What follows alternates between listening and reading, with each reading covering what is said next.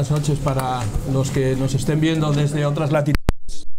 Son las 7 y 2 o 3 minutos según mi reloj y vamos a empezar esta tertulia, debate, encuentro entre un grupo de amigos de Hazte Oír alrededor de este libro que quizá usted haya recibido, si es que lo ha pedido, si es que nos lo ha pedido, se lo habremos mandado ya y lo va a recibir en los próximos días. Confiemos en correos, ¿verdad? Alrededor de este libro de Douglas Hyde, que fue un dirigente del Partido Comunista Británico durante 20 años, que luego se convirtió al catolicismo, escribió un libro sobre sobre cómo los cristianos podemos aprender cosas de los comunistas para hacer más eficaz nuestra labor. Algo aparentemente contradictorio, sorprendente, y para algunas personas he podido comprobar que rozando lo demoníaco. Vamos a intentar averiguar qué sucede con eso. Vamos a intentar entender también por qué hay cosas como Podemos que surgen de repente y en cambio iniciativas que defienden otros valores pues cuesta tanto arrancarlas, ¿no? Doy las gracias a las personas que están en la sala. Creo que no cabemos más y si ustedes seguro que tienen la generosidad de estar un poquito apretados. Muchas gracias. Paso a presentarles directamente a las personas que nos acompañan esta tarde en esta mesa. Francisco José Contreras, buenas tardes. Muy bienvenido, acaba de llegar de Sevilla.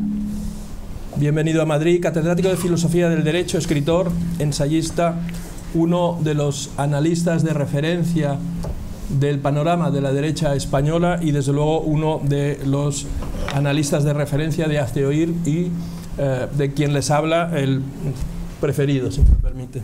Autor de libros como Liberalismo, Catolicismo y Ley Natural y de Nueva Izquierda y Cristianismo, que si ustedes todavía no han leído deberían dejar de vernos, ir a comprarlos inmediatamente. Están también ya voy a hacer el anuncio completo, están en versión electrónica, creo que en Kindle los dos, ¿verdad? Y a un precio baratísimos. Les recomiendo ambos libros y cualquier otro del profesor Contreras, que es también patrono de la Fundación Valores y Sociedad, que es la fundación que preside Jaime Mayor Oreja. Si ustedes han leído el libro o lo van a comprar inmediatamente cuando terminemos y quieren ir mañana a conocer personalmente al profesor Contreras, va a estar en la Feria del Libro de Madrid, en el stand de la editorial Encuentro, entre 6 y 8 de la tarde. Gracias por venir, Curro.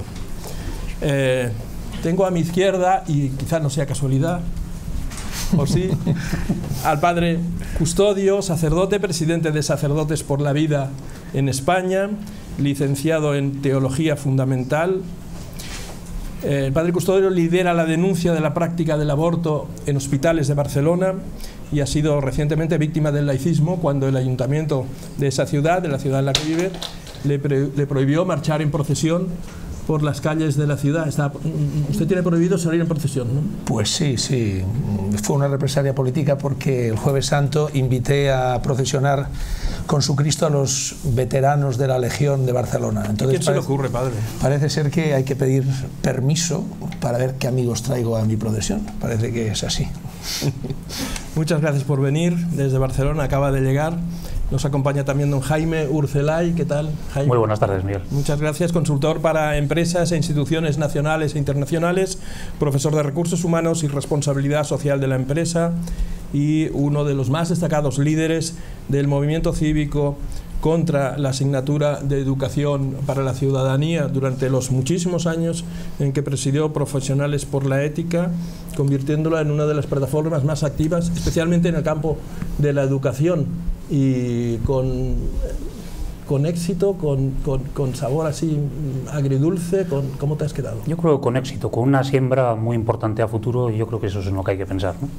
Ha habido mucha gente que ha abierto los ojos respecto a la emergencia educativa de España, muchos padres que han asumido a partir de esta campaña la responsabilidad de la educación de sus hijos, dejando de pensar que solamente con enviarles a un colegio, etcétera, pues ya podían estar tranquilos, y me parece que eso, pensando en el futuro de la sociedad española, es enormemente importante. Por lo tanto, sin ninguna duda, con enorme satisfacción. Fue desde luego una grandísima labor. Muchas gracias, Jaime, por estar aquí. Don Francisco Segarra, buenas tardes. Muy buenas tardes. Usted también viene de Barcelona, está lleno esto de pues catalanes. Sí, sí. Empiezo a preocuparme porque catalanes somos tres, que no independentistas. Somos tres, ya empatamos con el resto de España, con nuestros vecinos, que diría el presidente. Don Francisco Segarra es publicista, es uno de los principales creativos de nuestro país, fue director general creativo de Intereconomía, ha sido presidente y director creativo de numerosas agencias nacionales e internacionales y preside la Fundación Colbe de Publicitarios Católicos. Yo creí que la publicidad era toda muy pagana. Es muy pagana. Y en cambio usted preside una asociación de publicistas católicos. Sí. Qué raro, ¿no? Bueno. ¿Cómo le va? Es lo que hay, bien. ¿Sí? ¿Cuántos son en la asociación? Somos. No muchos. Muchas gracias. Es un mundo muy pagano, como decís, un mundo muy relativista, y es un mundo que, de hecho, la publicidad es la punta del iceberg del capitalismo y es una profesión muy mercenaria, con lo cual está vendida al que mejor paga y no hay más. Es así de crudo. Tendremos oportunidad de hablar de ello.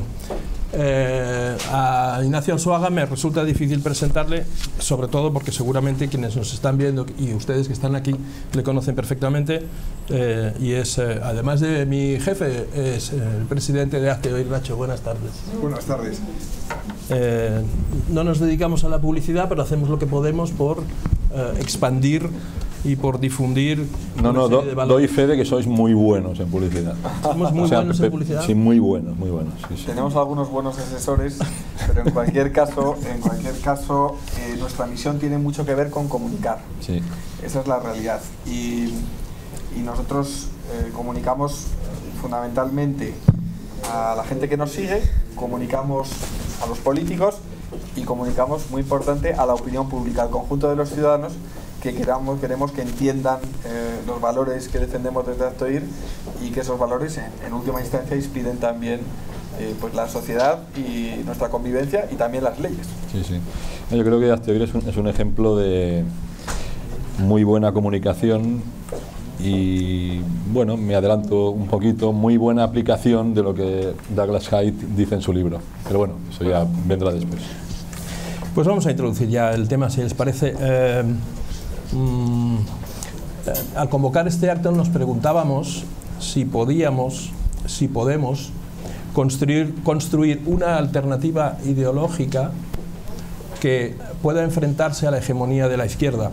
Estos señores de Podemos, les voy a enseñar tres titulares de periódicos de estos últimos días. Este último domingo aparecieron varios sondeos de opinión y uno de ellos decía que Podemos lograría, si hubiera ahora elecciones generales, lograría en el Congreso de los Diputados 58 escaños, con lo cual se convertiría en la tercera fuerza política de España, ¿vale? Es decir, estaría el PSOE, estaría el PP y luego estaría Podemos, que son unos señores que pasaban por aquí, dijeron vamos a presentarnos a las elecciones y podrían conseguir convertirse en la tercera fuerza política de España. Es una propuesta claramente ideológica, fuertemente ideológica, y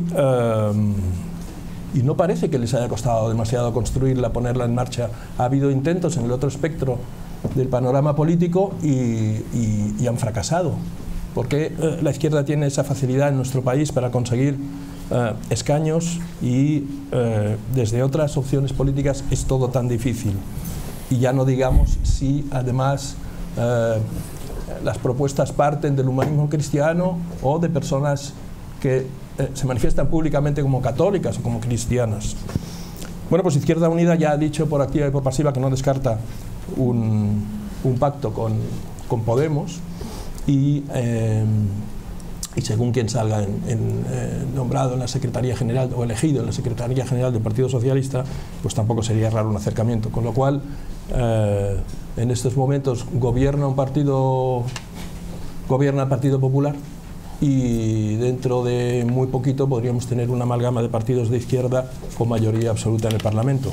Bueno, algunos llevamos muchos años intentando levantar una alternativa ideológica que no un partido, y otros parece que lo hacen con tanta facilidad, ¿no? Ojalá a lo largo de esta tarde podamos averiguar un poquito de dónde sale esa facilidad. En todo caso, para empezar a analizar el libro que nos congrega hoy aquí, Compromiso y Liderazgo, la izquierda, los comunistas, ¿nos pueden enseñar algo a nosotros que nos resulte aprovechable en nuestra movilización social? Les invito a que escuchemos al profesor Francisco José Contreras. Muy bien, muchas gracias. Bueno, pues este es un libro muy jugoso y que da para mucho debate, para mucho comentario. Voy a introducir 4 o 5 ideas en los 5 o 10 minutos que se nos ha dicho que disponemos. Tengo que decir que me ha convencido más la introducción de nuestro amigo Miguel que el libro mismo. Como ya le adelanté a él, no consigo poner esto en marcha, como ya le adelanté a él por... El cronómetro. No, quería el cronómetro para... No sé cronómetro, profesor, hable tranquilamente. Ahora, y... no, bueno, pues no, por si acaso. De respeto hacia el público y hacia los compañeros de mesa. Me ha convencido más la introducción que el libro mismo, ¿no? Por sintetizar en pocas palabras, me da la impresión de que la conversión, el viaje espiritual, intelectual de Mr. Hyde, utilizaré la metáfora fácil literaria, ¿no? Mr. Hyde comunista en el Dr. Jekyll cristiano se quedó un poco a medias, en el sentido de que a lo largo de todo el libro es evidente pues su admiración hacia muchos aspectos del movimiento comunista, cierta nostalgia de la eficiencia de los comunistas, que es lo que respira en todo el libro, ¿no? La admiración hacia la gran eficiencia de las técnicas de organización, de comunicación, de argumentación de los comunistas. Y la verdad es que esto a mí me parece un poco fuera de lugar, o que no comparto esta admiración por razones que expondré después. Dicho esto, es cierto que en el libro hay varias cosas aprovechables, ¿no? De un lado, está claro que lo que anima, lo que mueve a Hyde a hacer este alegato es la insatisfacción hacia el insuficiente nivel del compromiso de muchos católicos en la promoción de las causas necesarias. Y no solamente eso, también la insuficiente formación, la incoherencia de vida y doctrinal e intelectual, es decir, lo que se suele llamar los católicos de cafetería, o católicos que limitan su vinculación con la Iglesia a la misa dominical y después no tienen una vida coherente con sus principios. Esa insatisfacción pues creo que es algo extendido y con lo que es fácil sintonizar.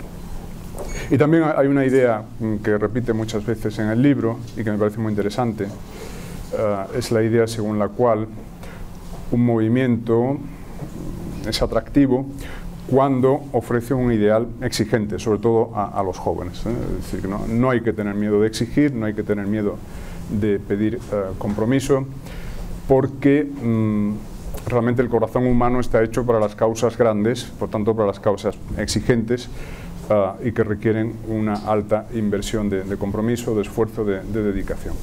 Y un poco ve eso casi como el secreto de la eficiencia comunista, lo mucho que piden, lo mucho que exigen, y lamenta que la Iglesia no exija al mismo nivel.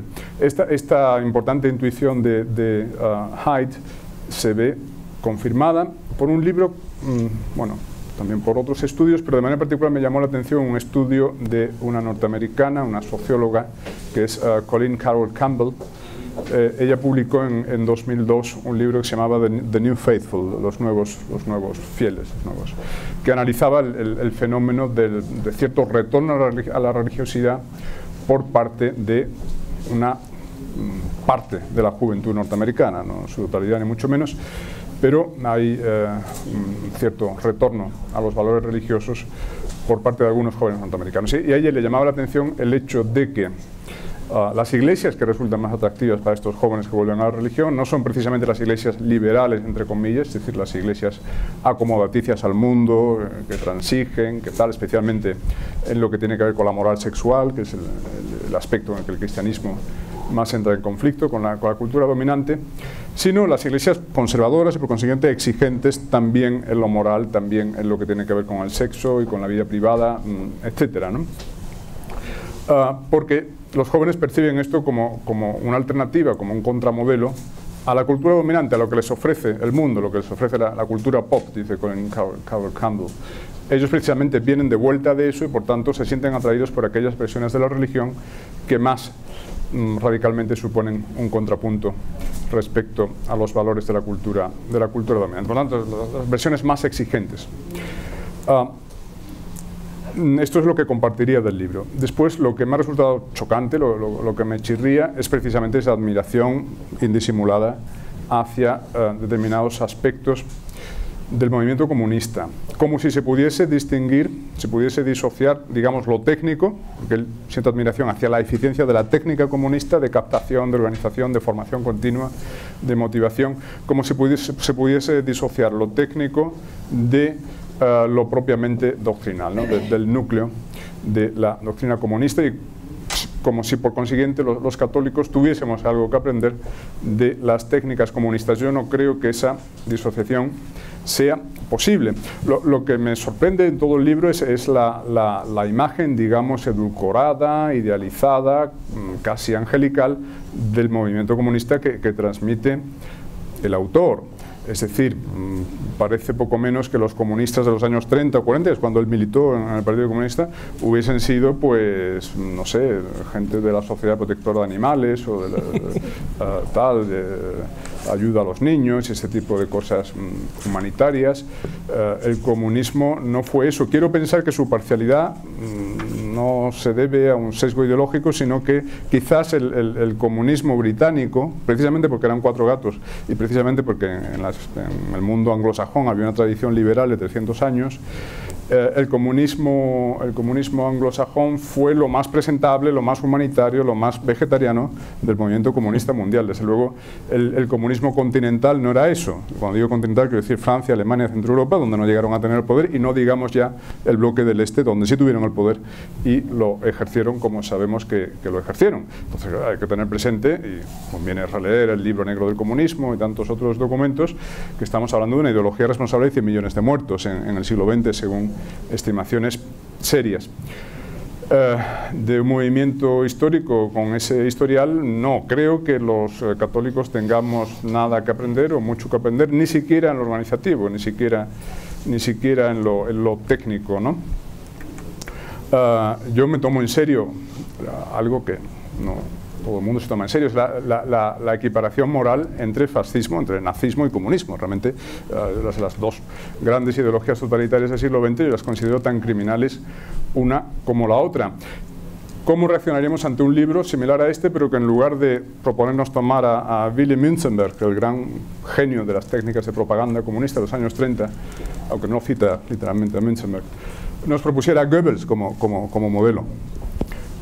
Y sin embargo, hay que decir que los nazis no le iban a la zaga a los comunistas, ni en éxito, digamos, de agitprop y de influencia en la sociedad a partir de unos orígenes muy modestos, que es un poco la idea que también resuena en todo el libro. Una pequeña minoría de personas muy concienciadas, muy bien formadas, muy comprometidas con la causa, pueden llegar a influir en la forma de pensar de toda la sociedad. Bueno, eso es precisamente lo que consiguieron los nazis, que también eran muy idealistas a su manera, también hacían todo eso en aras de una gran causa, un gran ideal para ellos, la grandeza de Alemania, que Alemania recuperase la posición de superioridad que le correspondía por naturaleza, por ser una raza superior, presupuestos que nos parecen monstruosos, pero los que ellos creían y que eran idealistas a su manera. Los nazis no eran egoístas, no buscaban beneficios para sí mismos y desde luego eran absolutamente comprometidos. No ha habido un compromiso mayor, quiero decir, y estoy pensando en la persona de Hitler de manera especial, ¿no?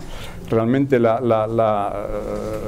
sé cómo decir, la inversión de voluntad en un solo objetivo, una voluntad sobrehumana, descomunal, capaz de configurar a su imagen y semejanza primero el pequeño Partido Nacional Socialista y después todo un movimiento social y finalmente la totalidad nacional alemana, es un caso único en la historia. Es un tío con una fuerza de voluntad tal que consigue realmente reorientar la historia en cierta dirección nefasta, por supuesto, ¿no? Con lo cual, si hemos de medir por el compromiso, por el idealismo, por la subordinación total de todos los esfuerzos a una causa, los nazis en eso ganan incluso a los comunistas. Y en muy pocos años, siendo una muy pequeña minoría, consiguen efectivamente contagiar de su ideal pues, a una parte importante de la sociedad alemana hasta el punto de llegar legalmente al poder, porque los nazis llegan democráticamente legalmente al poder, no fue un golpe de Estado. Bien, ya voy terminando. En relación con todo esto, hay una observación de George Orwell, precisamente un arrepentido del comunismo, pero a mi modo de ver más consecuente en su ruptura intelectual con el comunismo que el propio Haidt, que relacionaba esta hipereficiencia, este culto de la eficiencia, esta absolutización de la eficiencia. Cuando digo absolutización de la eficiencia, quiero decir la idea según la cual el fin justifica los medios, que al final es lo que comparten nazis y comunistas. Tenemos fines tan grandiosos que cualesquiera medios son aceptables para alcanzar ese fin tan importante. Esta absolutización de la eficiencia y de las técnicas, de los métodos, está relacionada con la pérdida de la fe en la vida ultraterrena, con la pérdida de la fe en otra vida, en la inmortalidad.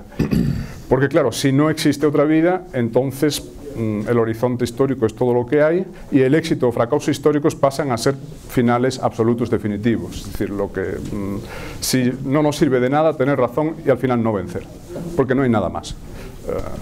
Esta viene a ser la perspectiva inmanente, limitada al horizonte histórico de los nazis o de los comunistas. Y por eso hay que vencer como sea, porque tener la razón y no vencer no nos sirve para nada, es estúpido, hay que vencer como sea. Por tanto, el fin justifica los medios. Ya a partir de aquí solo hay un paso más hasta la siguiente idea, según la cual no ya que es que el que tenga razón tiene que vencer como sea, sino que el que vence de hecho es el que tenía razón. La historia quita y da razones. ¿Quién tenía razón? El que venció. Eso lo dijo Hegel en el siglo, que es en algunos aspectos precursor del nazismo, cuando dijo que la historia del mundo es el tribunal del mundo. O sea, los vencedores tenían razón. El hecho de que hayan vencido les da la razón. Bien, yo creo que la perspectiva cristiana evidentemente no puede ser esta. El entonces cardenal Ratzinger en el año 2000 pronunció una homilía, una conferencia muy interesante sobre la nueva evangelización, y ahí advertía precisamente contra lo que él llamaba la tentación de la impaciencia. La tentación de la impaciencia es la obsesión por la eficacia y la absolutización de la eficacia, ¿no? De conseguir como sea grandes medios, conseguir como sea nuestros objetivos sociales, y evocaba evidentemente la parábola del grano de mostaza como la imagen evangélica a contraponer a esto. El reino de Dios crece como un grano de mostaza, es decir, los éxitos visibles, los números, las estadísticas, la influencia social mensurable no es todo para nosotros, ¿no? No puede ser todo. Los objetivos sociales que perseguimos, y pienso en algunos tan valiosos como los que compartimos todos los que estamos aquí, relacionados con la vida, la familia, etcétera, son importantes, pero no son lo último, son lo penúltimo. El mundo para el cristiano es siempre lo penúltimo. Es decir, y a nosotros sí nos sirve decir, cuando muramos, pues hicimos lo que pudimos, fuimos derrotados, hicimos lo que pudimos. No hay que vencer a cualquier precio, por cualesquiera medios, ¿no? Eso no tiene sentido para el ateo, para nosotros. Para nosotros sí. Por otra parte, si la eficiencia a cualquier precio hubiera sido lo que Dios pide de nosotros, pues bueno, para empezar, Él le hubiese encargado la predicación y esto del reino, pues a alguien más eficiente que aquellos pescadores tan analfabetos y tan torpes y que siempre andaban a la greña entre ellos, incluso, ¿no? Y recordemos las tentaciones del desierto también, cuando el diablo le dice a Dios, bueno, aquí tienes todos los reinos si quieres, es decir, el éxito inmediato, tal, y Jesús le dice a Satanás que se aleje de él. Bueno, perdón, me he pasado los 10 minutos, pero gracias. Estoy sujetándome a la mesa con muchísima fuerza para no rebatir algunas cosas que luego tendremos oportunidad. Primero seguimos escuchando a las personas que nos acompañan hoy. Padre Custodio, usted contaba hace unos días una frase que me ha notado con gran entusiasmo, no sé, el profesor Contreras lo que pensará, y es la siguiente: la prudencia política lleva a la muerte del idealismo. Cuéntenos, padre, lo del compromiso y el liderazgo. Bueno, eso lo dice von Balthasar en una homilía que tiene, que dice que el consenso, la política, siempre llegan a cierto punto, pero solo el salto a la verdad permite avanzar. Entonces pienso que lo mucho o lo poco de bueno que tienen los comunistas, tal como lo explica Douglas Hyde, está inspirado en el Evangelio. Y me explico. Hay que oír en la misma línea de aquel libro del padre Ángel Ayala, de la formación de selectos, ha vuelto a poner al alcance de los lectores este libro que me parece profético, porque denuncia nuestros complejos y apunta unos caminos que no por olvidados dejan de ser novedosos, pues están apuntados en el Evangelio. El lema de Hazte Oír es: nunca dudes que un grupo pequeño de ciudadanos reflexivos y comprometidos puede cambiar el mundo. De hecho, es eso lo que alguna vez lo ha cambiado y puede volver a hacerlo. Y es que se trata de eso, de cambiar, de transformar una realidad que tantas veces yace bajo el poder del maligno, tal como dice San Juan. Nosotros, por el contrario, pertenecemos al día, no a la noche ni a las tinieblas. Seamos sobrios, revistámonos la coraza de la fe y de la caridad con el yelmo de la esperanza de la salvación. Porque nosotros no somos gente que se arredra para su perdición, sino hombres de fe para salvar el alma. En el Apocalipsis leemos: el que está sentado en el trono dijo: he aquí que yo hago todas las cosas nuevas. Escribe, porque todas estas palabras son fieles y verdaderas, tan fieles y verdaderas que están inscritos en el corazón de cada hombre y cada mujer que viene a este mundo. Así lo sentía Douglas Hyde hace 50 años. En algunos círculos, también eclesiásticos, está de moda despreciar el idealismo, ese deseo de cambiar el mundo que tachan de sentimentaloide. No puede transformarse un mundo formado por hombres pecadores.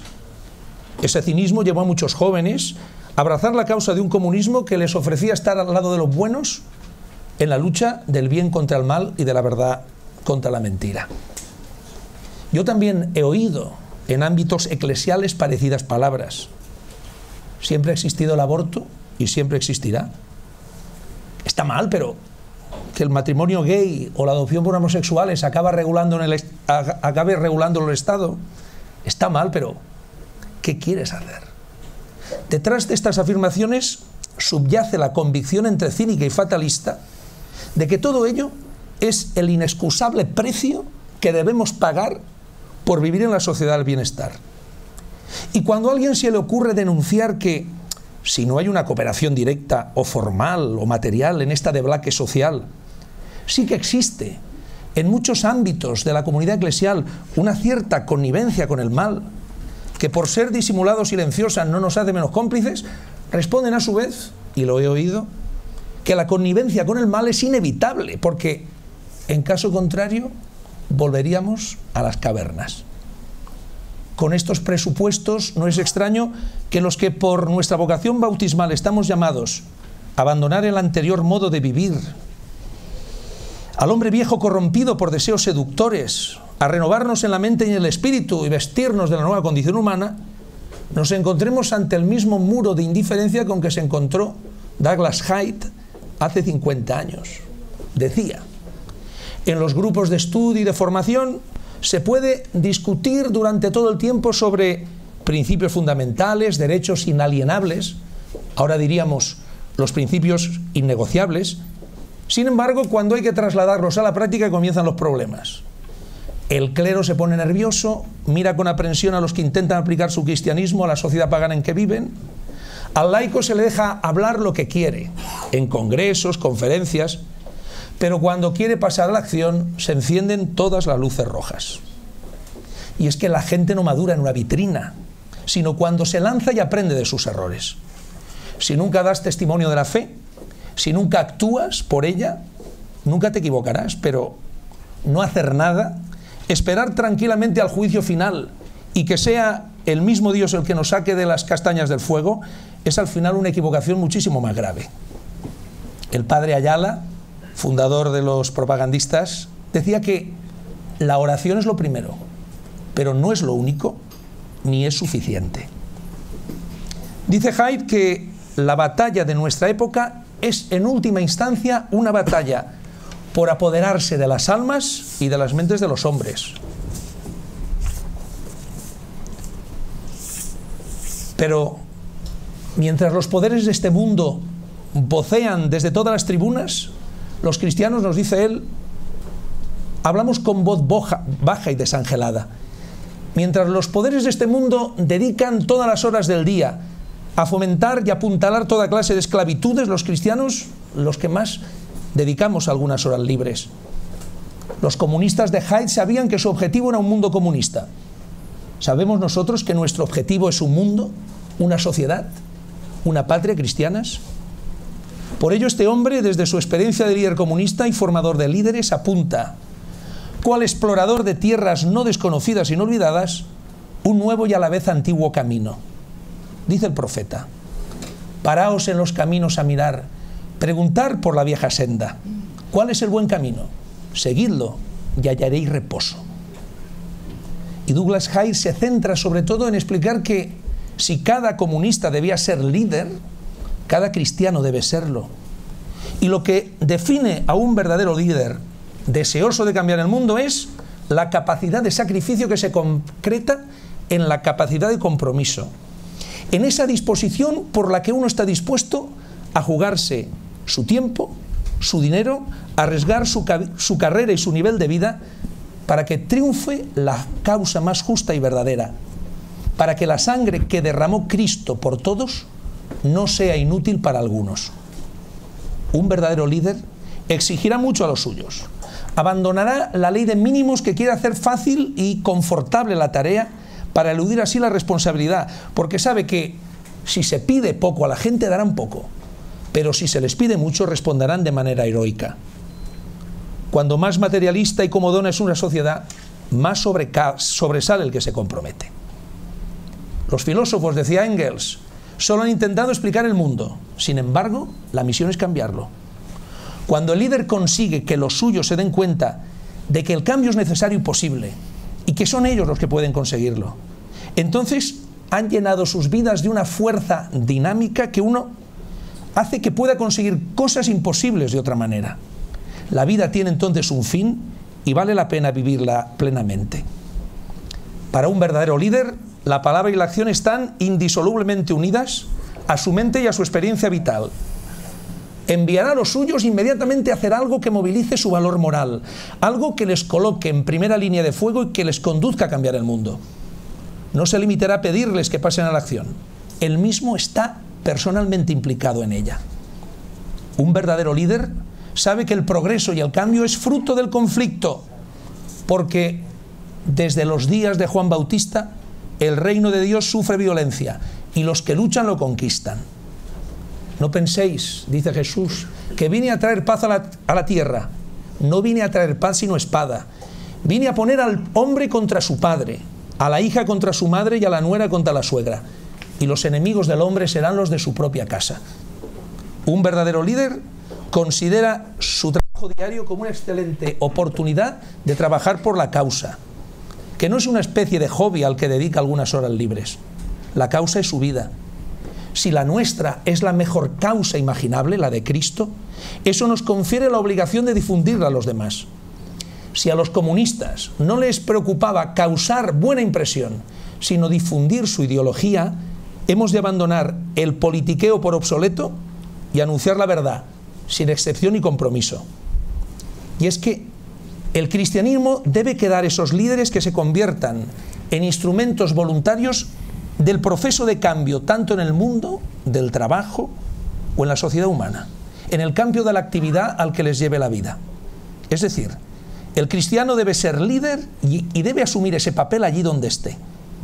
Un líder que se cristianice a sí mismo y luche por una sociedad cada vez más cristiana. Un líder que ejerza con ese objetivo sobre la opinión pública la máxima presión posible.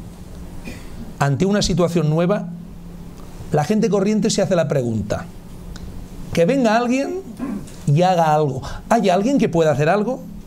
En cambio, la reacción espontánea del líder es decir: ¿qué puedo hacer yo? ¿Qué voy a hacer yo? La acción y los principios que la sustentan van siempre unidos en su mente y en su vida. Si cada cristiano adoptase esa actitud y actuase de acuerdo con ella, nuestras circunstancias serían bien diferentes. Finalmente, nos interesa formar líderes. Cada cristiano debe serlo, que actúen a favor de la causa de Cristo y de su reinado, y no a favor de ellos mismos. Personas que entiendan lo que creen, comprometidos con su fe, y que intenten practicarla en todas las facetas de su vida personal y social, y que estén dispuestas a pagar el precio correspondiente, el mismo que pagó su maestro, por la cruz hacia la luz. Gracias. Muchas gracias, padre. Anímense, anímense. Interrumpan con aplausos o con abucheos. Estamos dispuestos a todo, ¿verdad? Cristianismo y liderazgo para crear la máxima presión posible. Anoto la frase, Nacho. Don Jaime Urcelay, su turno. Muchas gracias. Muy bien. Bueno, mi particular lectura del libro, que como han dicho quienes me han precedido, no le uso la palabra, tiene muchos hilos, todos ellos muy interesantes, unos más claros, otros más polémicos, y desde luego suscribo lo que se ha dicho hasta ahora.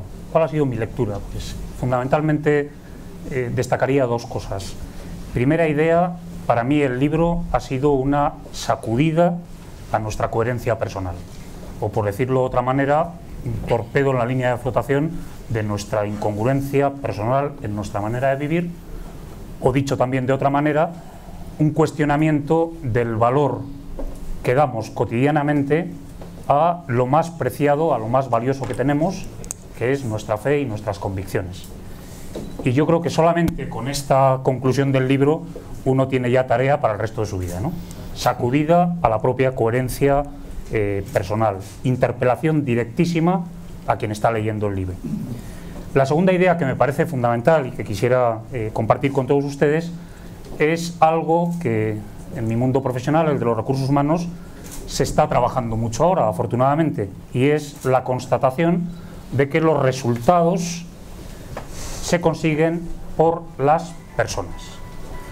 Lo cual significa que en la medida en que lo que logramos depende de las personas, nuestra prioridad, aparte de razones de naturaleza estrictamente ética que tienen valor por sí misma, dada la total superior dignidad del ser humano respecto a cualquier otro tipo de recurso imaginable, por supuesto, pero sí implica que cualquier liderazgo que quiera ser eficaz debe basarse en el conocimiento del ser humano, debe basarse en una aproximación a la individualidad de cada persona que tiene que conseguir resultados y que forma parte de una organización, de un movimiento, llamémosle como queramos, y debe basarse a su vez en el desarrollo de todas las potencialidades del ser humano, o por decirlo en terminología hoy de moda en el mundo empresarial, en el desarrollo del talento, dándole a la palabra talento un significado bastante omnicomprensivo y que abarca muchos aspectos.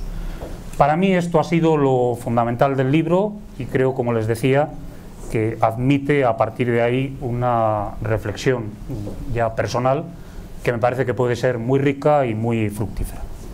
Ahora, más allá de eso, hay aspectos puntuales desde el punto de vista de los aprendizajes que me parece que también merece la pena pensar o tratar de exprimir un poco, ¿no?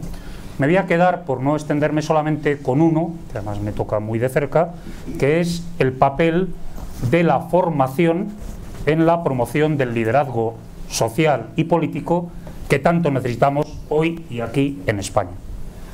Tenemos necesidad de líderes, hay una crisis de liderazgo, de líderes auténticos, por supuesto, ¿no? Y el libro explica muy bien el enfoque y el método formativo que con tanto éxito, con tan buenos resultados, usaron los comunistas en su momento de mayor apogeo. Son ideas muy básicas, muy sencillas, pero yo creo que son las ideas verdaderamente sustantivas sobre las cuales, a pesar de su simplicidad, conviene volver una y otra vez si queremos encontrar el camino que nos lleve a construir, ¿verdad? La más obvia de todas, y no por obvia debemos eludirla: los líderes se pueden formar. Los líderes se pueden formar, ¿eh? La idea de una especie de liderazgo carismático que solamente tienen algunos privilegiados que han nacido con una condición genética especial, etcétera, creo que en estos momentos no tiene la más mínima credibilidad, ¿no? Los líderes se pueden formar y todos podemos ser líderes en nuestro ámbito de responsabilidad, en nuestro ámbito de influencia. Evidentemente lo que falta es hacerlo, ¿no? Por lo tanto, yo creo que hay aquí también un aprendizaje importante. Segunda idea o segundo aprendizaje: la formación tiene que ser necesariamente integral, es decir, debe abarcar todas las dimensiones de la persona, no solamente la de las habilidades, la de las destrezas, la de las técnicas, no solamente la intelectual, el conocimiento de los principios y de su desarrollo, también la espiritual, también la del carácter Y solamente esa aproximación a la integralidad del ser humano es lo que nos permitirá de verdad construir liderazgo. Hay una frase ya en la última página del libro que me gustaría subrayar aquí, en el libro de Haidt, y es la siguiente, se la leo.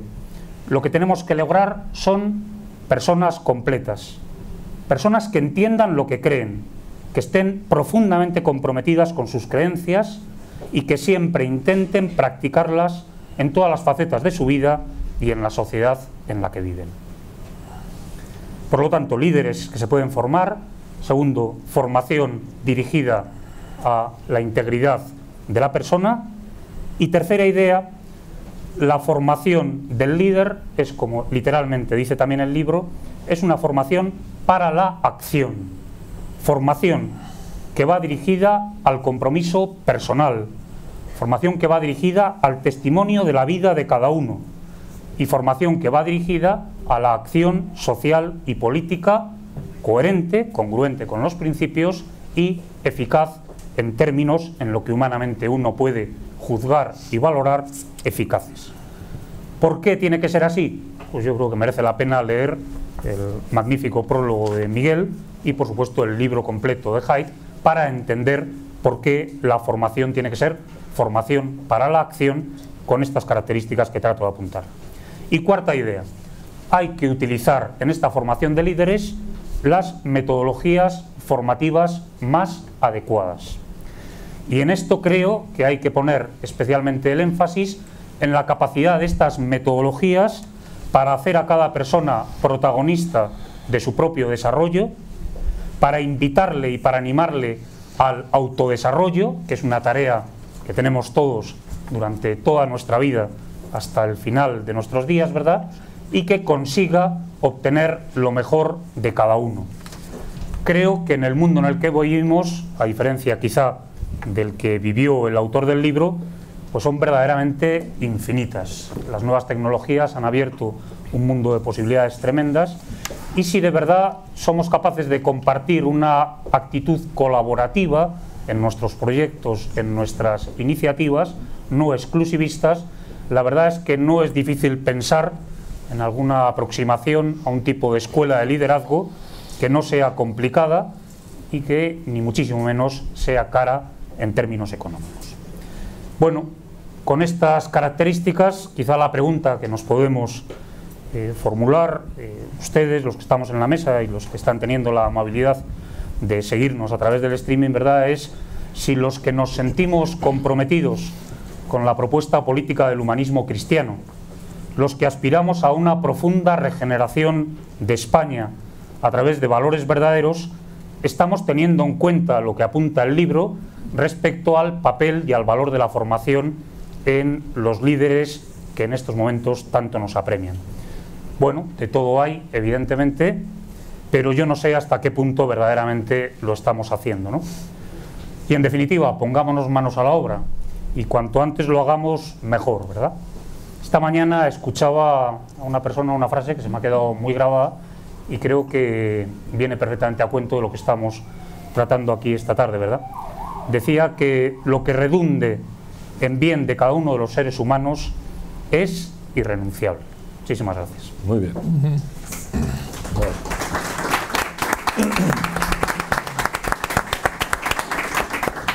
Muchas gracias, Jaime. Seguimos avanzando gracias a estas intervenciones.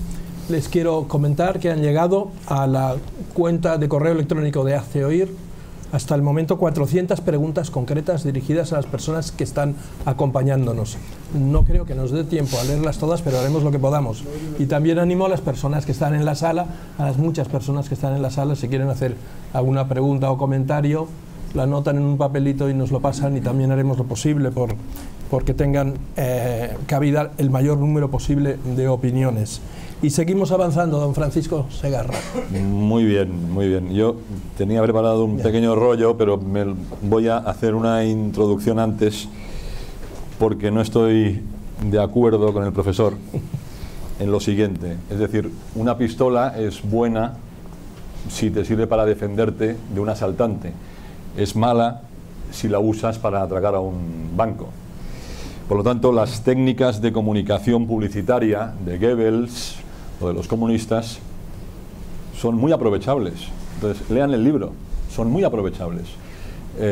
Como curiosidad les tengo que decir que lo que se atribuye al señor Goebbels o al doctor Goebbels no es del doctor Goebbels. Busquen en internet la comisión Creel, es una comisión del gobierno de Estados Unidos que planteó todas las técnicas de propaganda moderna con ocasión de la Primera Guerra Mundial, guerra en la que Estados Unidos se involucró por el hundimiento de Lusitania y que tenía que justificar ante el mundo. Esa justificación se encarga a la comisión de un tal Creel, el nombre no lo sé, y que de una forma desarrolla toda una serie de técnicas de propaganda que luego los propios americanos atribuyen al doctor Goebbels, y no es así.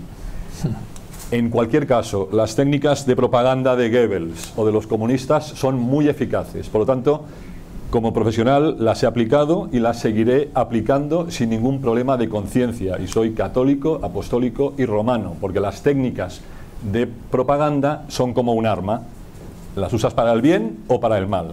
Entonces, de los comunistas, como podrán leer en este libro, se puede aprender un montón. Para empezar, el compromiso. O sea, yo no creo que haya aquí, en la sala, ningún católico que tenga mayor nivel de exigencia y compromiso que el que describe Douglas Hyde, que tenía un militante comunista en Inglaterra en los años 30, 40 y 50.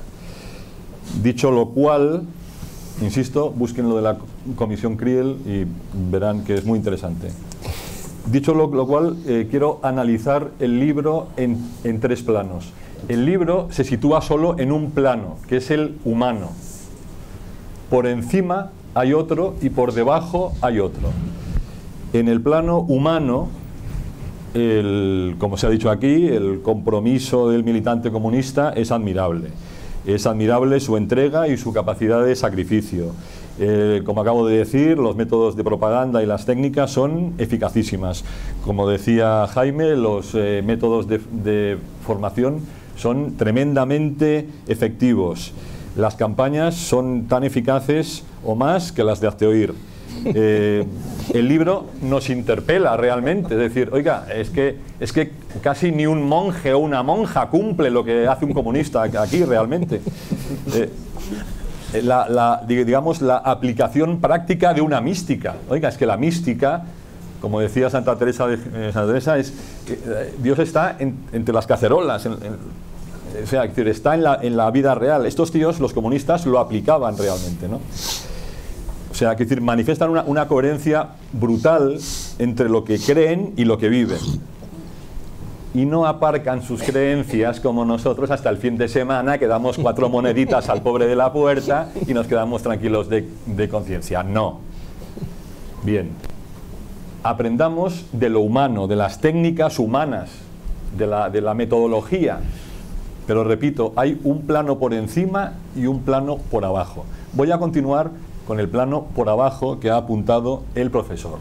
El comunismo costó 100 millones de vidas humanas y su arma de comunicación más persuasiva se llama pistola o Kalashnikov.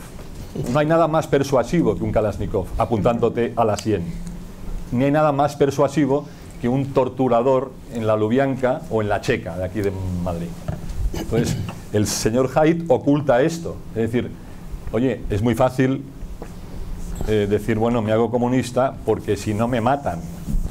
O sea, no hay nada tan persuasivo como eso. Por lo tanto, en la parte inferior, y digo inferior literalmente, hay una causa diabólica en el comunismo. Como dijo ya Pío XI, creo, en una encíclica. O sea, el comunismo tiene un origen diabólico y el origen diabólico se certifica en el hecho de que toda actividad diabólica pide un precio de sangre, véase el aborto. El diablo pide sangre de niños, de cristianos, de víctimas. Entonces, el comunismo es diabólico. Esto se le olvida al señor Haidt. El asesinato como arma política lo hemos padecido en España, lo estamos padeciendo. Bueno, quizá ahora no, porque hay un pacto medio secreto con la ETA y tal, pero todos los movimientos terroristas, y lo denuncia también Benedicto XVI o Ratzinger antes, todos los movimientos terroristas en el siglo XX tienen un origen marxista-leninista. Esto también se le olvida al señor Haidt.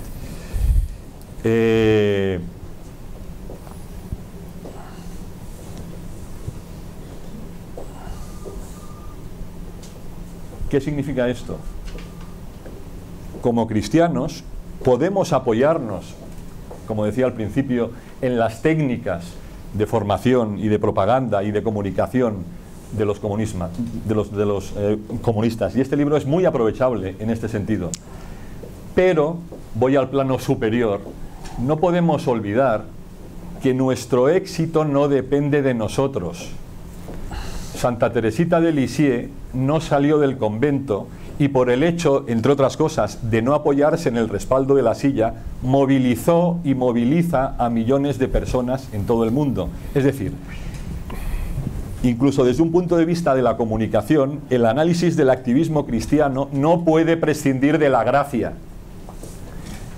San Francisco de Asís no tenía ningún plan comunista de comunicación. San Ignacio de Loyola tampoco. San Francisco Javier, cuando fue a la China, tampoco. La acción del Espíritu Santo es real. Con esto, ¿qué quiero significar? Quiero significar que tenemos que hacer todo lo posible, usar todas las técnicas, toda nuestra capacidad de trabajo, de sacrificio, de compromiso, pero sin agobiarnos, pensando que el éxito final va a depender de que Dios decida que eso tiene que suceder o no. Y Él sabrá, porque lo sabe, si que deba suceder o no es bueno para la salvación de las almas, que es lo único que importa. Y no importa otra cosa, y eso lo apunta muy bien el señor Haidt desde un punto de vista materialista, dialéctico, que manda huevos, con perdón de la expresión.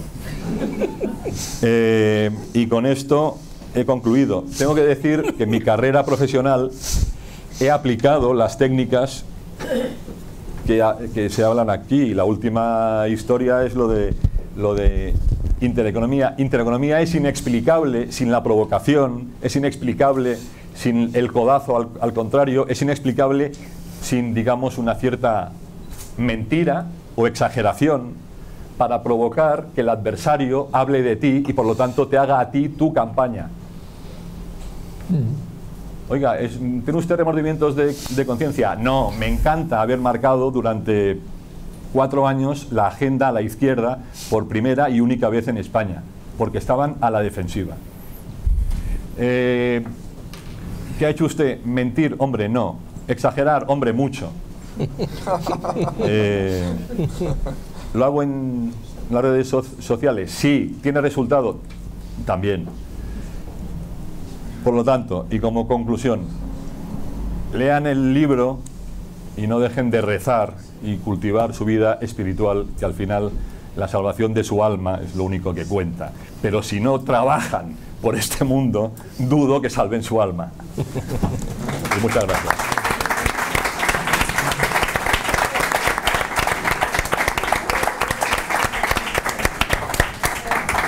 Muchas gracias, señor Segarra. Ignacio Arzuaga, hablando de activismo, liderazgo, hacer cosas, utilizar bien la pistola. ¿Se me escucha a través del micrófono, que antes no funcionaba? Perfecto. Yo creo que siempre se ha hablado de, por lo menos en la tradición cristiana, de oración, de formación y de acción. Yo creo que las 3 cosas son muy importantes.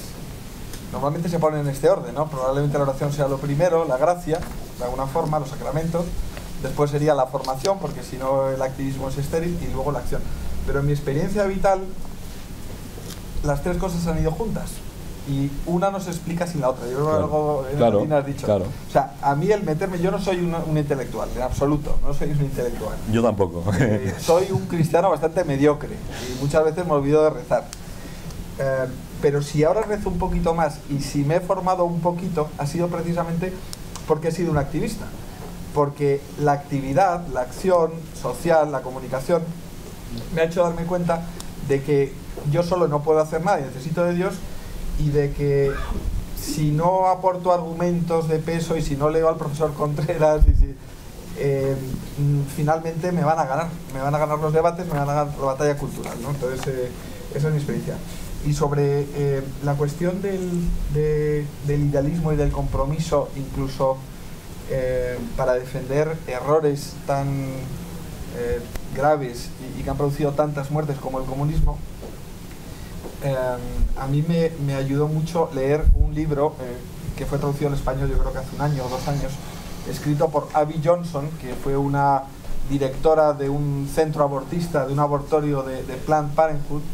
Es un libro que yo recomiendo leer. En inglés el título era Unplanned, y una buena parte del libro, por lo menos un capítulo entero, lo dedicó Abby Johnson a tratar de explicar a los providas, porque el libro estaba dirigido a los providas, de una cuestión, y es que los abortistas, la inmensa mayoría de los abortistas, no se mueven por dinero, se mueven por puro idealismo, por defender los derechos de la mujer.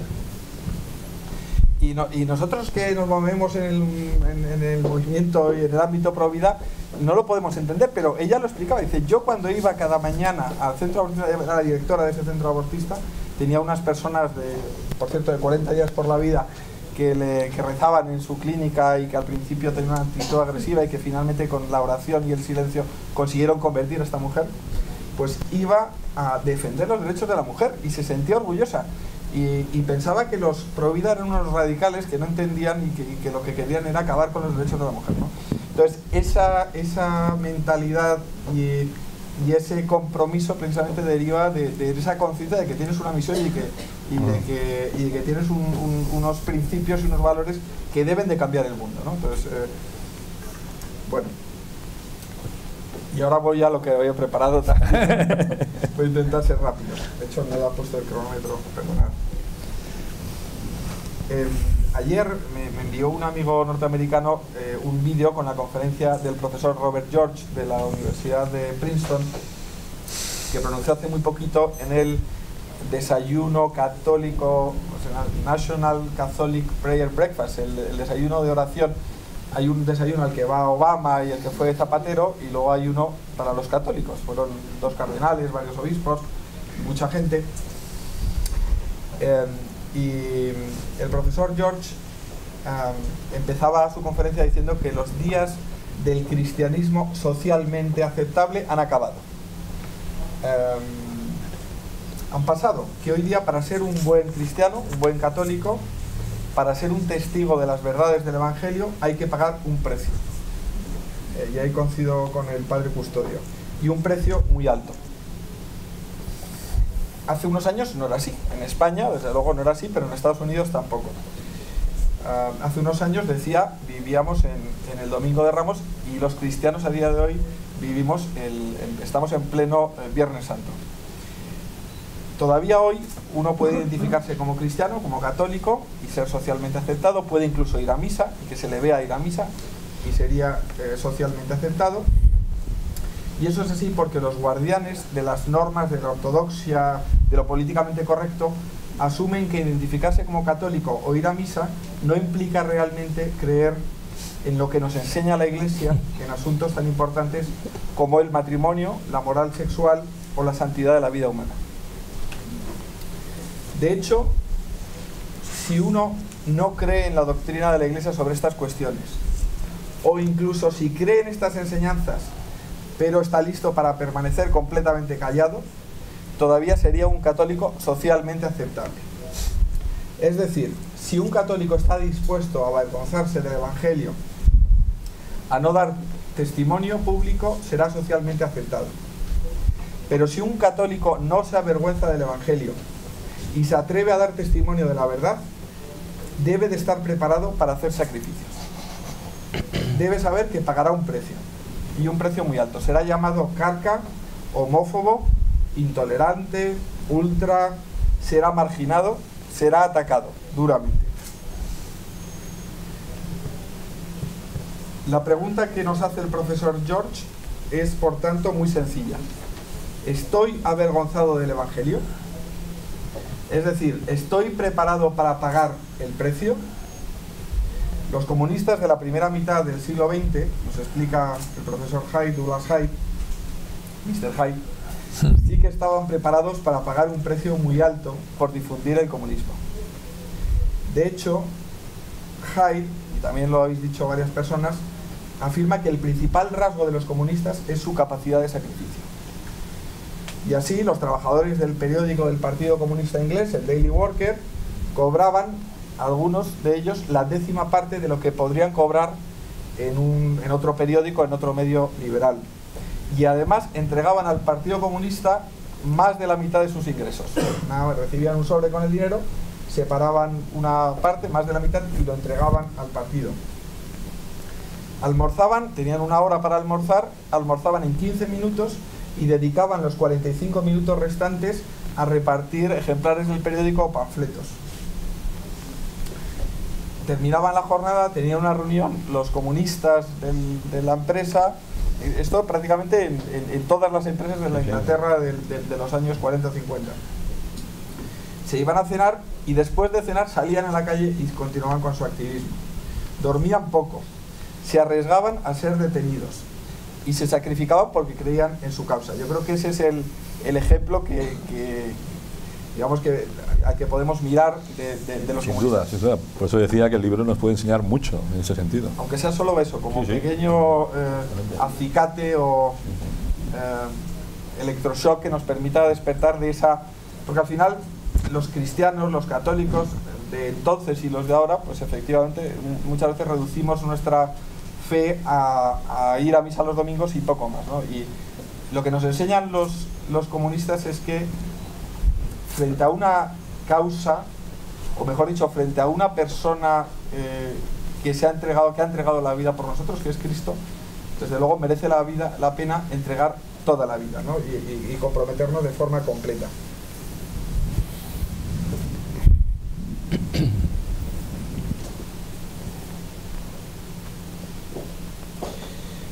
La pregunta que nos hace el profesor George es, y también Douglas Hyde, ¿soy capaz de pagar ese precio por vivir y dar testimonio de la verdad? Pues yo espero que sí, a pesar de todas mis limitaciones, porque los que somos cristianos tenemos el Espíritu Santo, que se nos dio el domingo pasado, en Pentecostés, con todos sus dones. Solos, desde luego,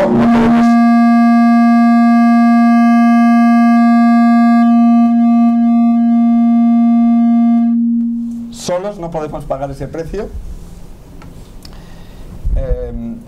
Nos asustan los sacrificios que van asociados a no avergonzarnos del Evangelio, a dar testimonio de la verdad. Pero por pura gracia, porque Dios así lo ha querido, con la ayuda del Espíritu Santo, sí que podemos salir de nuestro cenáculo y dar testimonio como hicieron los apóstoles. Y podemos, por tanto, aceptar pagar el precio. Por favor, no nos avergoncemos del Evangelio, cojamos la cruz de Cristo, con Él, desde luego, y en Él, y demos testimonio de la verdad. Muchas gracias.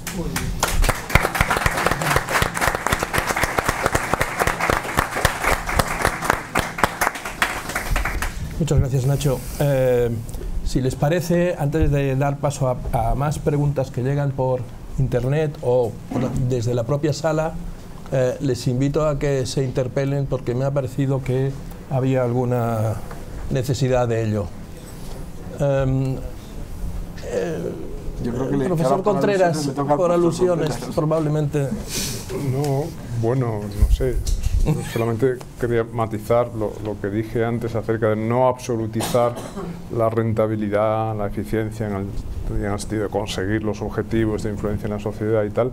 No implica tampoco negar su importancia. Es decir, por supuesto que hay que estar en los combates y hay que, es decir, que no predico una actitud de desentendimiento del mundo y de retirada monacal, etcétera. Simplemente quería enfatizar que nuestra perspectiva no puede ser la misma que la del materialista, y las dos grandes ideologías totalitarias eran materialistas, y precisamente porque eran materialistas llegaron a la conclusión de que el fin justifica los medios. Porque claro, si solo hay esta vida, entonces hay que conseguir éxito, hay que tener éxito como sea, hay que triunfar como sea, porque ser derrotado es el fracaso absoluto. En cambio, los fracasos que podamos tener los cristianos son siempre fracasos relativos, en el sentido de que este mundo es penúltimo, este mundo no es lo último. Por consiguiente, como se ha dicho muy bien alguno de los otros intervinientes, pues la gracia ya hará lo demás y Dios escribe derecho con renglones torcidos, etcétera, etcétera. Solamente esa matización.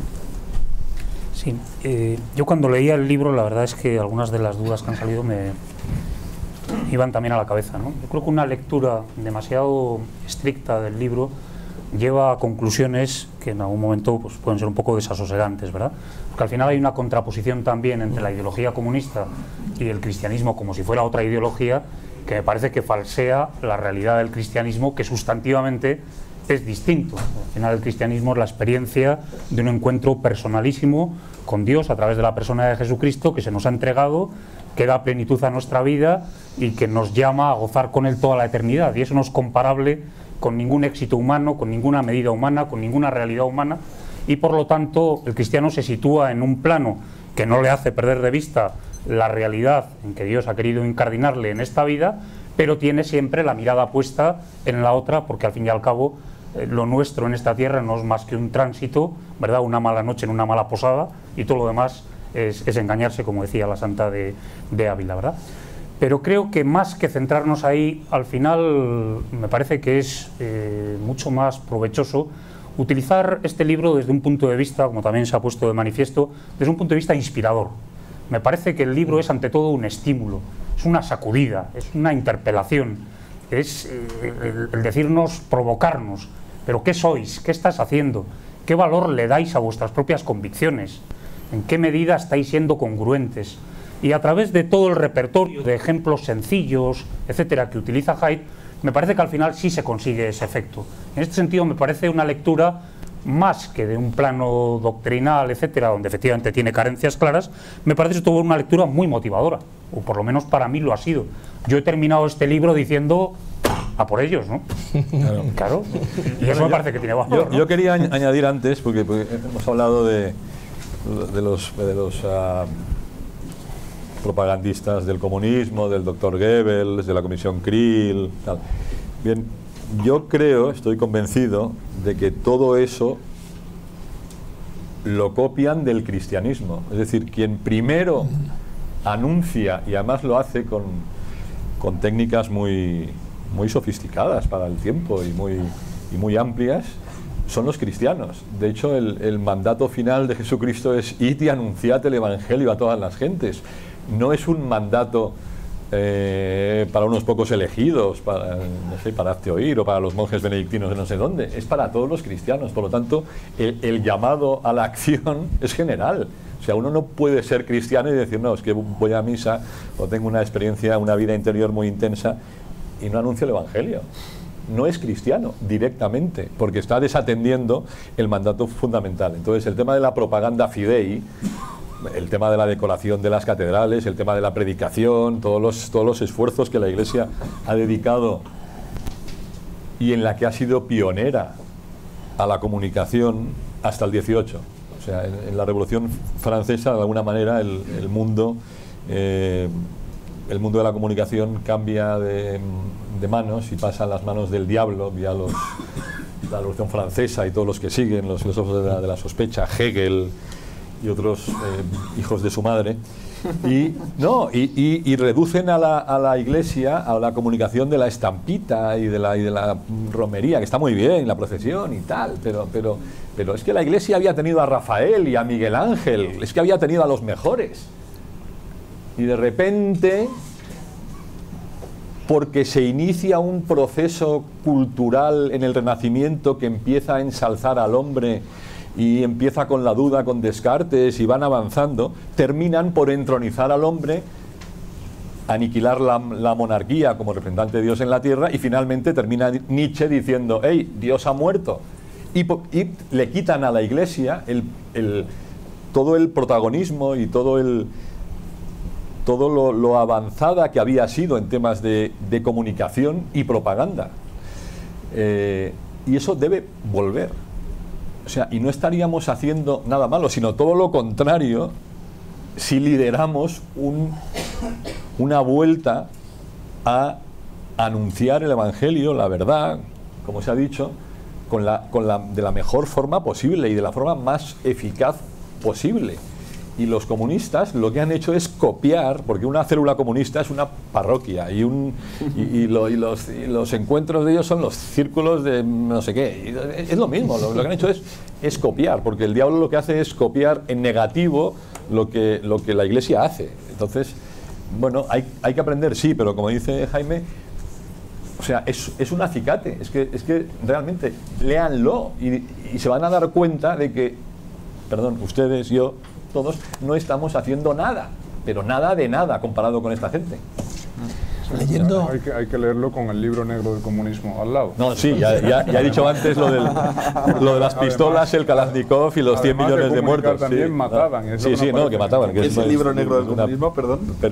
Es una obra que dirigieron un equipo de historiadores franceses en los años 90, como haciendo un inventario del total de muertos que había producido el comunismo de una forma o de otra, las purgas de Stalin, el holocausto ucraniano de los años 30. Los comunistas, perdona, son muy buenos en dos cosas: temas de comunicación, propaganda y tal, y temas de represión policial. Son auténticos maestros en la tortura, o sea, tío, son técnicas que se utilizan todavía inspiradas en los años 20, 30 y tal. O sea que, bueno, la lectura, pues claro, eso es una persuasión bestial.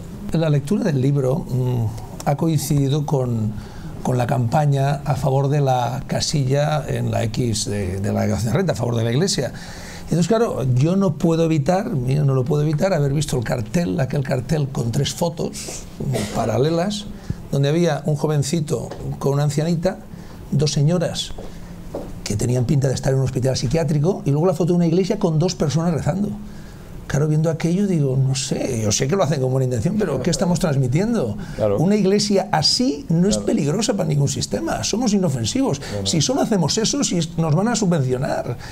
El cardenal Carles, en paz descanse, decía que caer en eso, lo decía él con sus palabras, caer en eso es como la iglesia convertida en un camión de basura de la sociedad. Los que gobiernan, su manera de gobernar genera unos desechos y estamos nosotros pasando con nuestro camión de basura sacándolos para que no quede fea la sociedad. Entonces decía, no, es que hay que ir a la causa de esos desechos. ¿Por qué necesitamos tantos camiones de basura para recoger tanta cosa, ¿no? Eso nos decía él. Y por otra parte, en ese sentido, o sea, sí que es verdad que la Iglesia se ocupa de los pobres, de los enfermos, más que nadie en el mundo, pero ¿quién lo sabe? ¿Cómo se comunica eso? O sea, un comunista hubiera sacado partido a un solo hospital. La Iglesia tiene no sé cuántos miles en el mundo entero. No lo sabe nadie. Enfermos de todo tipo, leproserías, de sida, de no sé qué. Es la mayor, digamos, en términos mundanos, la mayor ONG.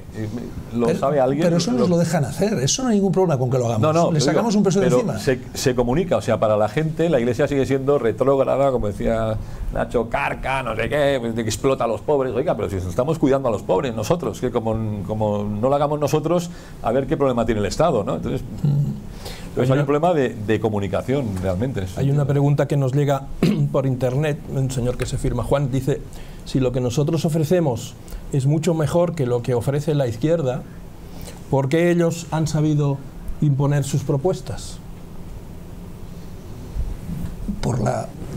¿Solo es un problema de comunicación? Y de compromiso. Ese liderazgo falta porque no se ha fomentado. Es decir, tú puedes hacer formación de líderes, sí, pero si uno no está dispuesto a jugársela, de ahí no sabes ningún líder. Está en la formación, es decir, el fenómeno Podemos no surge espontáneamente, surge de la Facultad de Políticas de la Complutense. Lleva años un profesor ahí fabricando líderes. Y finalmente, o varios profesores, y finalmente ha eclosionado en la figura de Pablito Iglesias y no sé quién más. Pero bueno, quiero decir que abandonar, por otra parte, el campo cultural y filosófico es muy peligroso, joder. O sea, y la secuencia política en España, o sea, la secuencia política del comunismo y la gente que tiene éxito es proyecto filosófico, medio de comunicación, partido político. En España es a la inversa. Partido político que más o menos inventa un proyecto filosófico que luego intenta comprar un medio de comunicación. Así vamos al fracaso. Entonces, el fenómeno Podemos sigue la lógica comunista y además la sigue porque, así como la Iglesia tiene que evangelizar a cada generación, los comunistas también, los neocomunistas también lo hacen. Han, digamos, por exagerar, han quitado el uniforme maoísta, el cuello mao no sé qué, y han puesto lo de las greñas o la coleta y no sé qué. Pero siguen evangelizando. Y siguen evangelizando para su causa en las universidades, de las que hemos desertado. Y entonces, como estamos viviendo, como las generaciones viven de lo que se pensó hace 200 años, estos tíos están aplicando ahora mismo, en la práctica, lo que se pensó hace 200 años. Y lo aplican bien, y lo siguen aplicando bien, adaptado a los tiempos, y lo fabrican. Y primero lo que construyen es el proyecto intelectual. Luego lo lanzan a los medios y luego crean el partido. Y esa es la dinámica, y nunca es a la inversa, como sucede lamentablemente con la derecha española. Seguimos, si Rosana nos acercas, seguimos recibiendo más preguntas. Yo mientras recibes las preguntas... Y también, bueno, sí. Jaime también quería... Sí, yo creo que la izquierda, digamos que tiene una hegemonía cultural en este momento, como dice el profesor Contreras, por incomparecencia de la derecha. Claro. ¿Y por qué incomparece la derecha política y en buena medida la derecha cultural y derecha social? Por miedo. ¿Por qué? Porque la gente no quiere pagar el precio. Claro. Porque nos van a destrozar, literalmente. Y entonces dice, bueno, prefiero callarme. Y entonces volvemos a las catacumbas. Y claro, en las catacumbas ahora no nos matan físicamente, pero sí nos pueden matar moralmente. Y pueden matar a nuestra imagen y pueden dañar nuestro honor. Y yo creo que no hay, simplemente lo que no hay es una disposición de pagar el precio, porque si estás dispuesto a pagarlo puedes ganar la batalla. En Estados Unidos el movimiento conservador ha ganado, en determinados momentos ha ganado la batalla cultural. Ahora es una batalla que se está librando, pero por lo menos hay dos fuerzas claro, en un momento determinado dijeron los conservadores norteamericanos, vamos a dar la batalla, y la están ganando en algunos aspectos, en otros no tanto. En España eso no se ha producido, simplemente la izquierda ha impuesto sus dogmas y la derecha se ha callado, y todos los que no compartimos los dogmas de la izquierda nos hemos callado. ¿Por qué? Por miedo. Yo quería apuntar muy rápidamente una cosa. Me parece que el análisis de lo que se nos pregunta es complejo, es rico, etcétera, y la pregunta es muy buena. Me gustaría apuntar solamente un factor para mí muy importante, y es que creo que hemos aceptado intelectualmente los cristianos un dogma que nos ha venido impuesto y que no corresponde a nuestra esencia, a nuestra constitución cristiana, que es la separación entre la vida privada y la vida pública. Y creo que esto es gravísimo.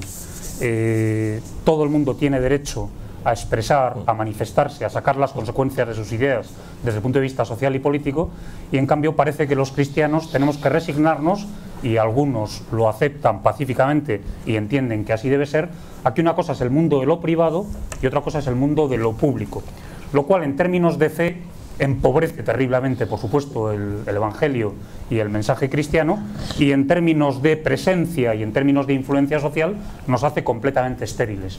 Por lo tanto, yo creo que ahí hay un factor que hay que trabajar mucho a nivel de formación, y es proclamar muy alto a los cristianos: vuestra fe tiene consecuencias, y la tienen no solamente en la sacristía y en el ámbito de vuestra casa, donde vuestra vida es ejemplar, sino que la tiene también puertas afuera, para proclamar bien fuerte y con los mejores medios la verdad del Evangelio que habéis recibido por la gracia. Creo que esta es una idea que explica muchas cosas y que hay que trabajar, porque ha calado y se nos ha metido en los huesos a muchos cristianos, ¿no? Esa separación, ¿no? Una cosa sobre un ejemplo solo para terminar de hasta qué punto hemos perdido esa batalla cultural. De que en filosofía, de qué autores se examinan los alumnos en Cataluña. Platón, bueno, vale. Sí, bien. Bueno, puede colar. Si no hacemos la interpretación de los neoplatónicos, puede colar. Platón. Stuart Mill, Locke y Nietzsche. O sea, basura intelectual, pero pura basura intelectual. O sea, no voy a exagerar más, pero es basura intelectual. Eso es de lo que se deben examinar. Bueno, ¿y Santo Tomás? ¿Y San Agustín? No existen. Es igual. ¿Y Kierkegaard? Y algún pensador cristiano habrá, ¿no? Nietzsche. sea, por el amor de Dios, Locke, el tío que empieza a hundir la monarquía y por tanto el concepto de Dios. O sea, y les obligan a estudiar eso. Oiga, profesor, ¿me lo explica? No, bueno, es que no porque le va a regañar Miguel inmediatamente. Empezamos por Kierkegaard. Locke era cristiano, y hace propuestas razonables. Bueno, Locke es un sinvergüenza.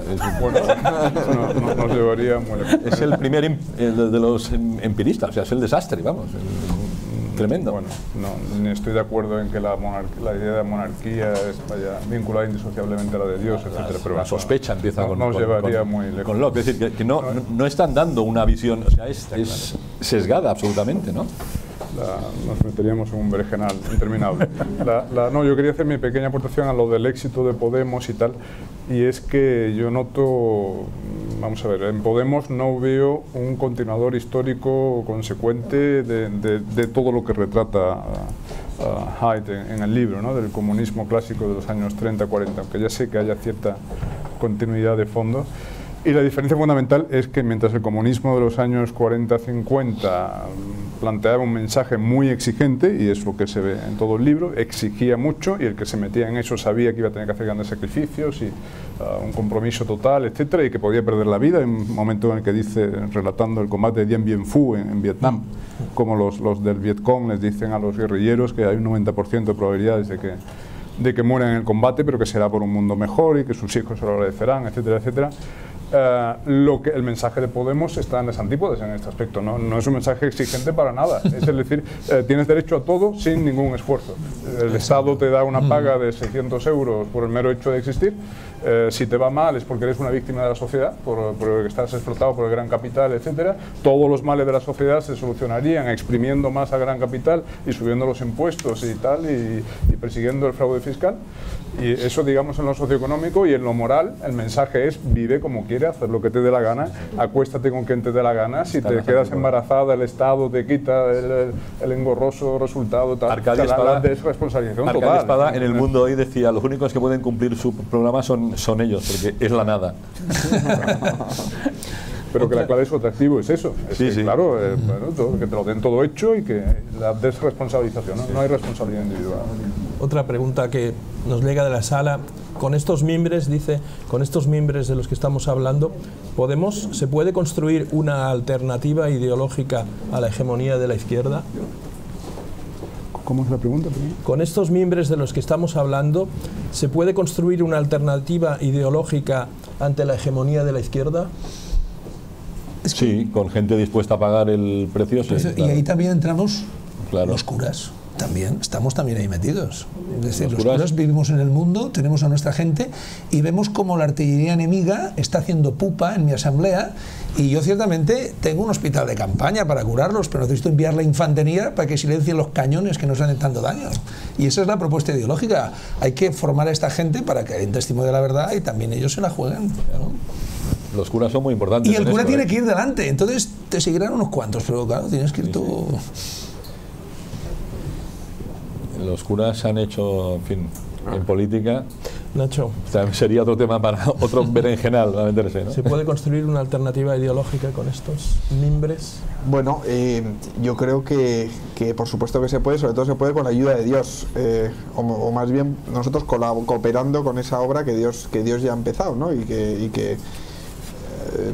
Pero desde luego va a costar muchísimo, porque y es un trabajo a medio largo plazo, ¿no? Yo creo que a corto plazo, hoy por hoy, o sea, tampoco creo que, como se dice, España es un país de izquierdas, o sea, tampoco, yo creo que eso es un tópico probablemente que venga de Arriola, si no me equivoco, sí. Y entonces a partir de ahí pues se establece una estrategia también política y electoral. Arriola, asesor electoral y de encuestas del Partido Popular. Sí, yo creo que es un infiltrado. Yo creo que estamos muy divididos y que todavía hay mucha gente que comparte nuestros valores, no sé si el 50%, quizás un poquito menos del 50%, pero muchísima gente, pero esa gente no encuentra referencias, ¿no? Entonces, claro, nosotros no, con los medios que tenemos, con internet, con las redes sociales, con el correo electrónico, con el correo postal, bueno, pues podemos llegar a una parte de la población determinada, pero no podemos llegar a las grandes masas.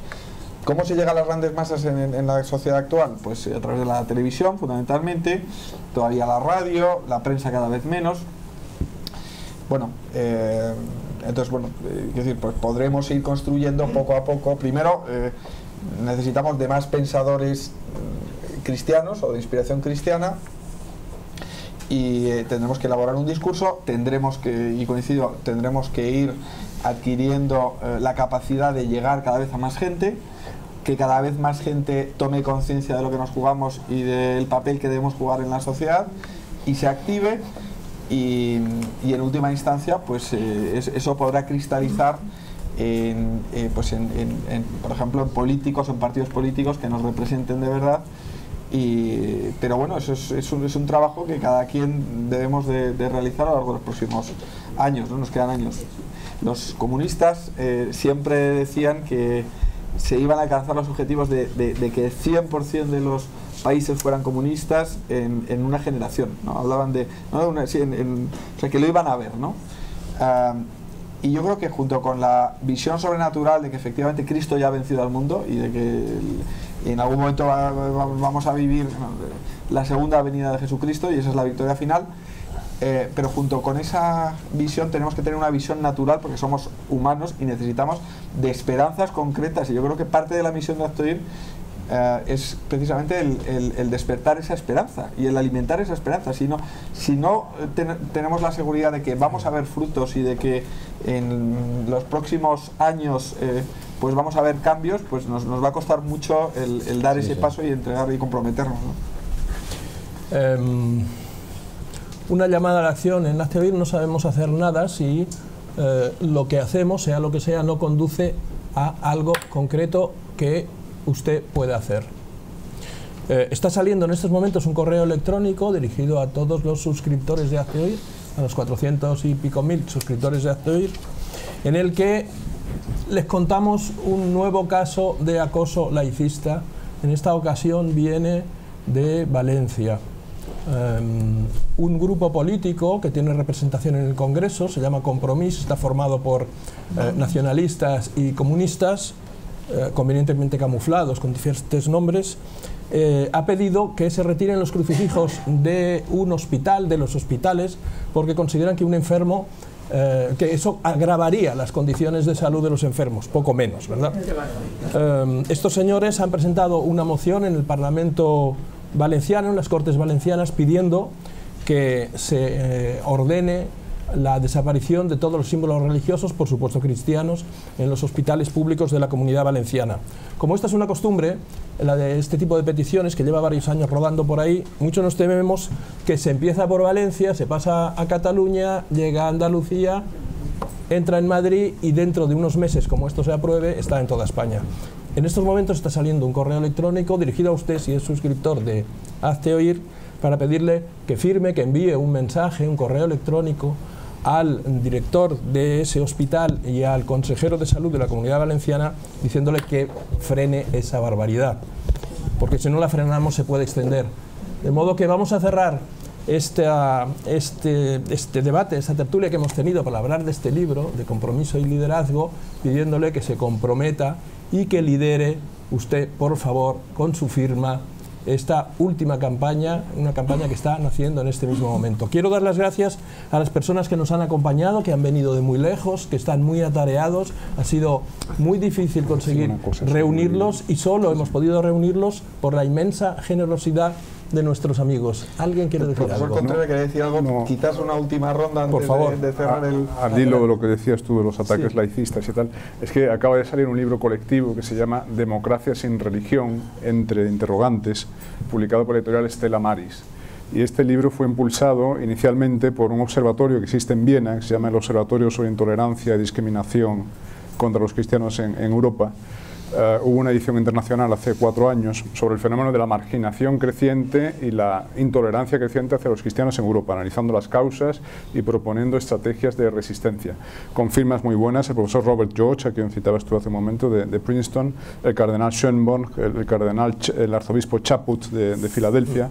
Hay gente muy interesante. Entonces hemos preparado una edición española que recoge los mejores de los capítulos de la edición internacional, completados con capítulos escritos por españoles. Hay uno mío, hay otro de Ignacio Sánchez Cámara, y el libro yo creo que está muy bien y acaba de salir, este lunes ha salido en papel, es editorial Stella Maris. Democracia sin religión, entre interrogantes, democracia sin religión. El subtítulo es El derecho de los cristianos a influir en la sociedad. ¿Queréis decir alguna intervención? Sí, yo Sí. una cosa que me sorprendió y les invito a que yo lo hago, o sea que predico con el ejemplo. Me sorprendió en Croacia, son muy católicos y como están rodeados de musulmanes y de ortodoxos y tal y cual, la gente cuando pasa delante de una iglesia o de una cruz se santigua. Entonces se están santiguando casi todo el día. Vas en el taxi y el taxista cada 2 por 3 se santigua. Y vas con una persona a tomarte una cerveza y una iglesia y se santigua. Bien. Esta muestra de... Esto es un gesto de, primero, de libertad y segundo, de identidad. Entonces, esto lo tendríamos que hacer los cristianos. Yo creo que me han contado mis abuelos que esto se hacía aquí hace años. Pues bueno, el simple gesto de santiguarse ante la iglesia, que es donde está el Señor, pues bueno, es una manera de campaña muy sana y muy práctica. Y muy práctica. Y con eso nada más. Termino. Jaime, ¿tú querías decir algo? Perdón. Sí, tenemos que terminar ya, ¿eh? ¿Padre, quiere decir algo? Bueno, acabar con un ejemplo. Cuando hice el servicio militar había que pasar la pista americana 4 veces a la semana. Era una pista de obstáculos, sobre todo el primero, que solo lo pasé una vez, que era una rampa de 40 grados que había que pasar corriendo y luego saltar al otro lado. Solo pasé el día que el teniente, viendo mi fracaso, me explicó, mira, tienes que correr y correr como un loco y cuando llegues a la rampa, hacerte la impresión que estás en plano y pasarás. Y yo me lo miré con ojos de incredulidad y dice, vamos a pasar tú y yo. Y el día que el teniente se puso a correr a mi lado, aquel día pasé el obstáculo. Ese teniente no líder. Igual nos está oyendo y le mando un saludo. Muy bien, pues sí, Jaime. No sé si quería... Pues es que nos habéis pedido unas preguntas. sí, pero tenemos que... El fútbol es a las 10. Tenemos que terminar a las 8:30 la transmisión. Podemos seguir quedándonos a hablar si ustedes quieren, pero esto debemos despedirlo ya. Pero entonces al invitarnos nos tenías que haber dicho que esto se acababa. Lo hablamos enseguida, si le parece. No se preocupe. Vamos a cerrar la conexión porque Muchas estamos gracias. conectados en internet y luego seguimos hablando, si les parece. Los que se quieran quedar. Obviamente también... Tengo la impresión que es una táctica, es una hábil... Muchas gracias por habernos seguido a través de la web de Hazte Oír. Repetiremos este tipo de emisiones cuantas veces podamos. Gracias de nuevo a las personas que nos han acompañado y hasta otra ocasión. Buenas noches.